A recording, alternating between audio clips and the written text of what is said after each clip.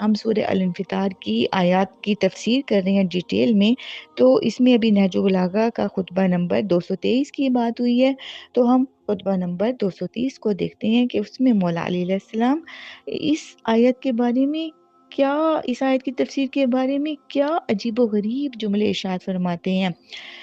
مولا فرماتے ہیں یہ دنیا ایک ایسا گھر ہے جو بلاؤں میں گھرا ہوا